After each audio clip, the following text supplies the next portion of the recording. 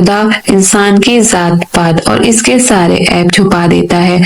اور ایک ٹھنڈی سی سانس بھر کر اللہ کا شکر ادا کیا جس نے مجھ کو میری حیثیت سے بڑھ کر نوازا تھا۔ چند ہی دن میں امی نے خاور حیات سے بات کی تو وہ جیسے رضامند ہی بیٹھے تھے فوراً ہاں کر دی، لیکن میں نے امی سے کہہ دیا کہ سمینہ اور اس کی رضامندی پوچھے بنا شادی نہیں کروں گا، اور پھر اس سے بات کر کے اس کو اپنے بارے میں ایک ایک چیز بتا دی، اور جواب میں اس نے ایک ایسی بات کہی جس کو سن کر میں نے ایک پل میں فیصلہ کر لیا اور یہی لڑکی میرا نصیب بنے گی۔ اور وہ کہنے لگی اللہ نے آپ کو پہلے بہترین سے گزارا تھا تاکہ پھر بہترین سے نوازے، اور اب میں اس کو اپنی خوش نصیبی سمجھوں۔ اگر آپ مجھ کو اپنی زندگی میں قبول کریں گے۔ ایک ماہ بعد میری بہت اچھے طریقے سے شادی ہو گئی۔ خاور حیات بڑے فخر سے میرا تعارف لوگوں سے کرواتے کہ یہ میرا بہت ذہین اسٹوڈنٹ تھا، آج اپنی محنت اور اللہ کے کرم نوازی سے اس مقام پر پہنچ گیا ہے۔ میں لوگوں کے چہرے دیکھتا رہا، مسکرا کر ان سے مبارکباد وصول کرتا رہا۔ سمینہ میری طرف دیکھ کر شرمیلے انداز میں مسکرا رہی تھی۔ میرے ماں باپ میرے تینوں بھائیوں بہت خوش تھے اور میں بھی بہت مطمئن تھا۔ بے شک اللہ بہترین کارساز ہے جو اپنی مخلوق کے ہر در پر اپنے کرم کا مرہم ضرور لگاتا ہے، بس انسان صابر رہے۔ ناظرین، آپ کو آج کی کہانی کیسی لگی؟ کمنٹ باکس میں اپنی رائے کا اظہار کریں، اور مزید اس طرح کی سبق آموز کہانیاں سننے کے لیے ہماری ویڈیو کو لائک کریں، شیئر کریں اور ہمارے چینل کو سبسکرائب ضرور کریں۔ شکریہ۔